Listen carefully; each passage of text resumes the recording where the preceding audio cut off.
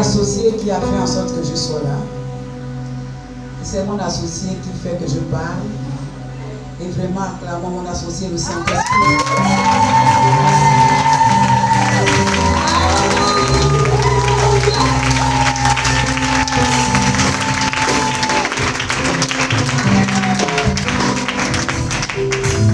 Amen. Amen. Avant qu'on s'asseye, nous sommes là tous parce que Dieu a utilisé une personne pour nous rassembler, pour nous unir. Alléluia. Sans cette personne, on n'allait pas se connaître peut-être maintenant, peut-être dans le ciel. Mais Dieu a utilisé la personne du docteur Henri Onanga qui est pour nous un père, un monument, un doyen, un boubou. Amen. Amen. Nous acclamons la vie du docteur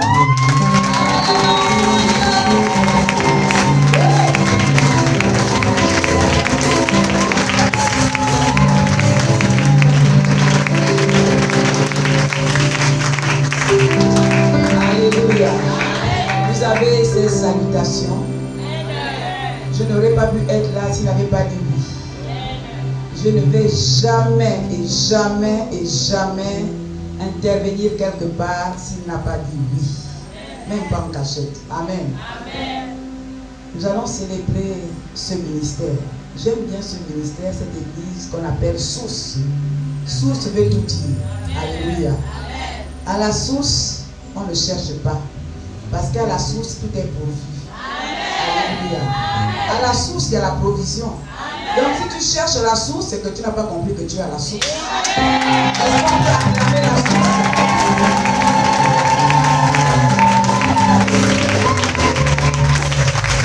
Amen. Amen. Dieu a utilisé une femme qui est le premier entrepreneur dans ce ministère. Est-ce qu'on peut célébrer la vie du pasteur?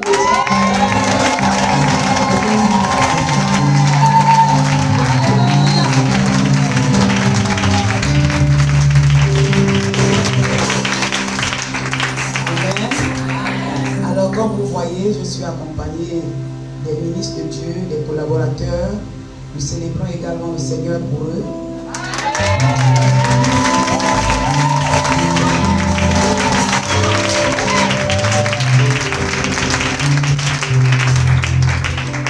Alors, célèbre la créature si merveilleuse que tu es également.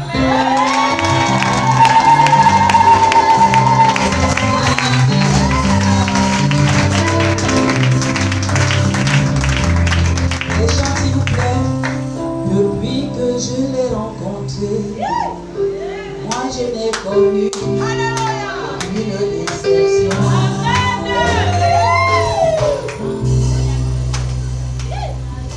Depuis que je t'ai rencontré, je n'ai connu aucune déception.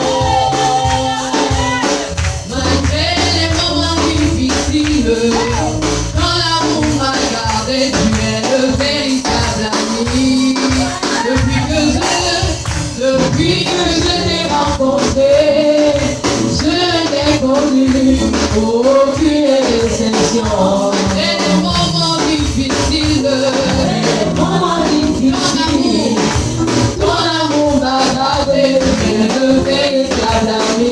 Depuis que je t'ai rencontré, depuis que je l'ai rencontré, aucune déception. Malgré les moments difficiles, ton amour m'a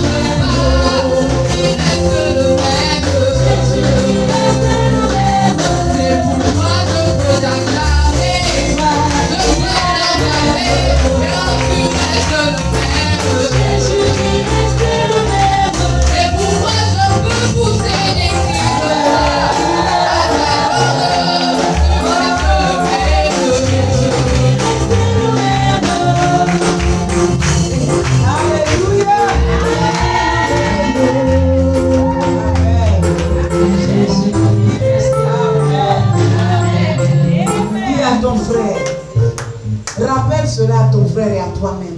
Depuis que je l'ai rencontré. Depuis que je l'ai rencontré. Je n'ai pas connu des moments. C'est vrai qu'il y a eu des moments difficiles, mais je n'ai connu aucune déception. Il ne déçoit jamais. C'est un ami fidèle. Même quand tu es infidèle, lui, il reste. Quand tu dis que c'est fini entre moi et Dieu et moi, lui reste fidèle. Il a dit, je serai avec toi tous les jours jusqu'à la fin des temps. Il a dit, je ne t'abandonnerai jamais. C'est une parole d'alliance qui demeure de génération en génération et pour l'éternité. Garde cette parole, même quand les vents soufflent, quand les temps sont difficiles. Souviens-toi que ton Dieu a dit, je ne t'abandonnerai jamais. Je serai avec toi. Il a dit, si tu traverses les eaux ne te submergeront pas. Si tu traverses le feu ne pourra pas t'embraser. Alléluia. Il est fidèle. Quel que soit ce que tu traverses, Dieu te rassure qu'il est avec toi. Il ne t'abandonnera jamais. Mais il te dit avance. Amen. Prenons place dans la présence de Dieu.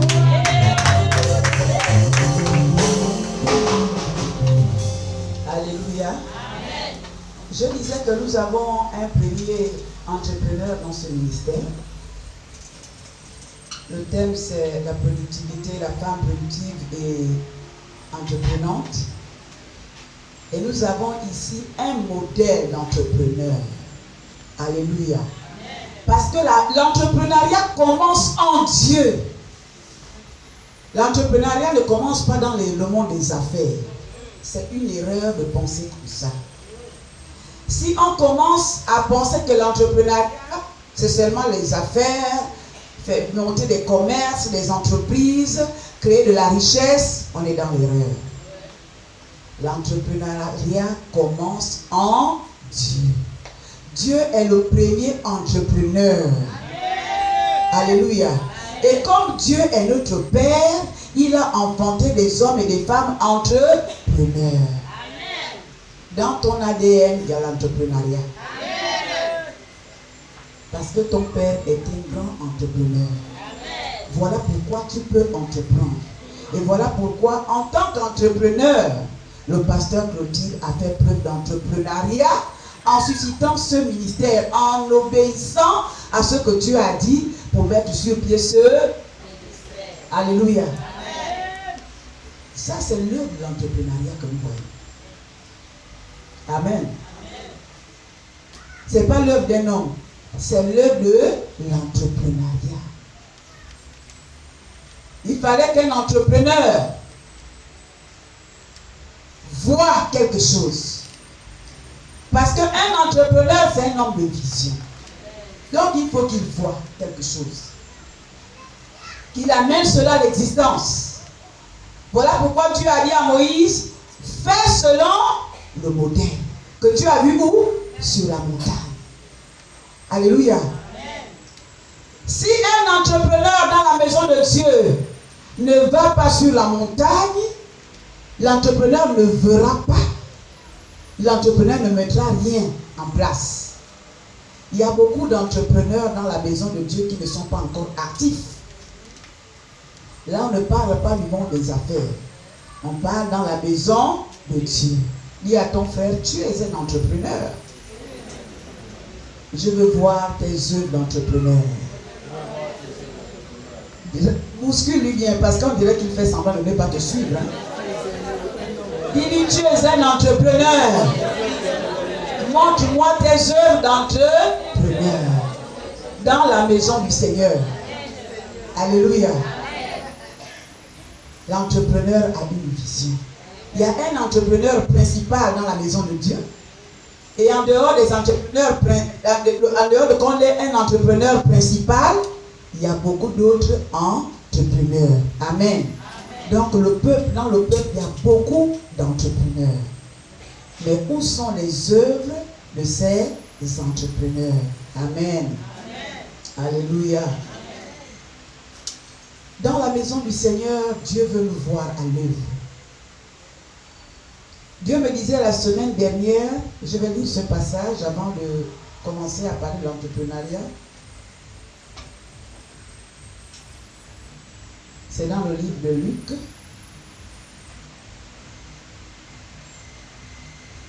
Chapitre 13, versets 6 à 9.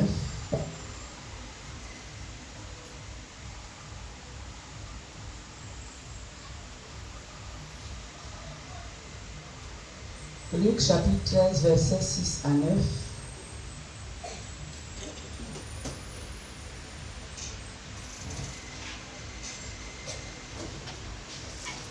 La parole de Dieu déclare. Il dit aussi cette parabole. Un homme avait un figuier planté dans sa vigne. Il vint pour y acheter du fruit et il n'en trouva point. Alors il dit au vigneron, voilà 3 ans que je viens chercher du fruit à ce figuier et je n'en trouve point. Coupe-le. Pourquoi occupe-t-il la terre inutilement? Le vigneron lui répondit, Seigneur, laisse-le encore cette année. Je creuserai tout autour et j'y mettrai du fumier. Peut-être à l'avenir donnera-t-il du fruit. Sinon, tu le couperas. Alléluia. Est-ce qu'on peut acclamer la parole?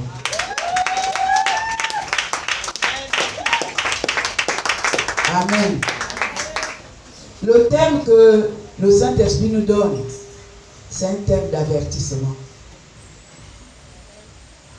C'est un thème qui nous interpelle d'abord dans sa maison. Ne voyons pas d'abord les affaires. On va parler d'affaires après. Mais ce thème nous interpelle. Lorsque Dieu a mis en toi son ADN en tant qu'entrepreneur, il veut voir le fruit sortir de chacun d'entre nous dans sa maison d'abord. Voici qu'il vient pendant 3 ans, à 3 reprises. Il vient et regarde Colette. Il sait ce qu'il a mis en Colette. Il regarde. Il regarde. Il attend. Comme il est le consommateur de la foi, il regarde. Il ne voit rien. Il n'entend rien. Comme il s'est usé de patience. Il use de patience. Mais Dieu n'a pas besoin des chaises pleines. Alléluia. Amen. Non. Les chaises pleines n'impressionnent pas Dieu. Même si vous voyez à la télévision les églises qui ont peut-être 4 000 membres, 5 000 membres, ce n'est pas ce qui impressionne Dieu. Cela n'impressionne pas Dieu. Mais quel est le fruit que chaque membre donne au ministère? Qu'est-ce qu'en tant que membre de source de vie, quelle est ma rentabilité dans source de vie? Est-ce que je suis inutile ou bien je suis utile? Suis-je un poids pour ce ministère qui empêche au ministère d'avancer, ou bien je suis en fait un facteur efficace qui fait avancer l'œuvre de Dieu? Maintenant, tu vas me dire, mais pasteur, moi je viens ici toutes les réunions de semaine, je ne manque pas. Ce n'est pas ce qui fait de toi une personne productive. Amen. La productivité ne dépend pas de ta présence aux réunions. Dieu connaît ton cœur. Le rendement que tu donnes avec foi et avec amour.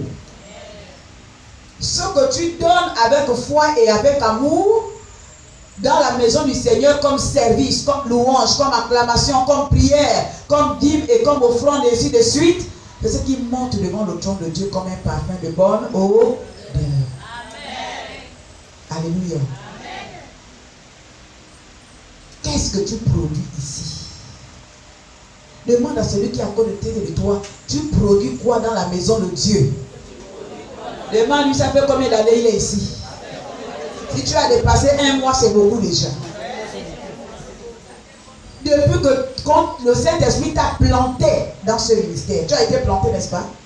Par le Saint-Esprit à source de vie. C'est un champ qu'on appelle source de vie. C'est un jardin qu'on appelle source de vie. Et donc le Saint-Esprit a placé le pasteur Clotilde pour garder, pour cultiver et pour garder. Mais toi, on t'a planté dans ce jardin qu'on appelle source de vie. Quelle est ta production? Donc demande bien à ton frère, regarde dans ses yeux. Depuis que tu es là, bien-aimé, quelle est ta production? Est-ce que c'est le pasteur qui doit bien regarder dans les yeux? Ta production, c'est quoi? Tu te plains que tes prières ne sont pas exaucées. Tu te plains que je ne vois rien. Tu te plains peut-être que depuis que je prie pour ceci, je ne vois pas. Quelle est ta production? Alléluia. Est-ce qu'on est d'accord? On est d'accord? C'est une question que le Saint-Esprit nous pose toutes, à nous tous. Quelle est ta production? C'est venir t'asseoir, tu occupes inutilement la place. L'heure est venue. L'heure est arrivée. Où le Saint-Esprit dit, je vais couper. Bien-aimé, ne t'étonne pas de voir si demain il y a un frère qui ne vient plus, une soeur qui ne vient plus. Parce que Dieu ne veut plus les inutiles dans sa maison. Il veut des productifs. Il veut des productifs dans la maison de Dieu. Produisons. Produisons. Alléluia. Amen. Il n'a pas dit porter seulement du fruit. Il a encore ajouté du fruit qui demeure. Regardez un peu le figuier que Jésus a vu. Il a vu le figuier, n'est-ce pas? Amen. Jésus s'avance, il veut cueillir des figues. Qu'est-ce qu'il y avait dedans? Il n'y avait rien. Mais non, il y avait quelque chose. Il y avait quoi? Les feuilles. On bouge beaucoup, on bouge à gauche, on bouge à droite, on fait ceci, on fait cela. On fait tout à l'église, mais on ne fait rien en même temps. Est-ce que vous voyez? Il y a des personnes comme ça. Elle fait tout, mais en réalité, elle ne fait rien en même temps. C'est ça les feuilles. Il y a beaucoup de feuilles. On se dit, ah, la bien-aimée là, le frère là, bien-aimé, Dieu sonde les cœurs. Est-ce que tu le fais avec amour et avec foi, même donné? On peut apporter les dîmes, on peut apporter nos offrandes, mais si ce que nous apportons dans la maison du Seigneur, ce n'est pas fait avec amour et avec foi, nous sémons en vain et on ne récolte pas. Donc on n'est pas productif. Notre argent est même une malédiction dans les offrandes du Seigneur, dans la maison de Dieu. Alléluia. Dis à ton frère, arrête d'apporter la malédiction dans les offrandes. Apporte avec amour et avec foi. Sans murmurer. Sans te plaindre. Si tu ne peux pas donner, ne donne pas. Mais tais-toi. Au nom de Jésus. Amen. Bien-aimés, nous sommes dans les temps de la vérité. Arrête d'occuper la place à l'intercession inutilement. Juste pour que le pasteur dise, elle est aussi à l'intercession. Mais quel est ton apport à l'intercession en tant qu'entrepreneur? Là, nous sommes là sur le terrain de l'entrepreneuriat dans l'église. On ne touche pas le côté pécunier. Quel est ton apport à l'intercession de l'église en tant que chanteur, en tant que musicien? Est-ce que tu es efficace? Parce qu'il n'y a pas que la productivité. On peut être productif sans être efficace. Ce que Dieu attend de chacun d'entre nous, c'est l'efficacité. Dis à ton frère l'efficacité. Parce qu'on produit, mais est-ce qu'il y a des résultats? Est-ce qu'on est efficace? Est-ce que ce que je produis impacte le ministère? Alléluia. Est-ce que ce que tu produis à l'intercession impacte l'église source de vie? Est-ce que ce que tu produis en tant que chanteur impacte les âmes, les hommes, les femmes, les familles de l'église source de vie? En tant qu'entrepreneur, parce que si tu es chanteur, tu es un entrepreneur. Tu entreprends dans le domaine de la chanson dans la maison du Seigneur. Si tu es intercesseur, tu es un entrepreneur dans la maison du Seigneur. Tu entreprends en tant qu'intercesseur.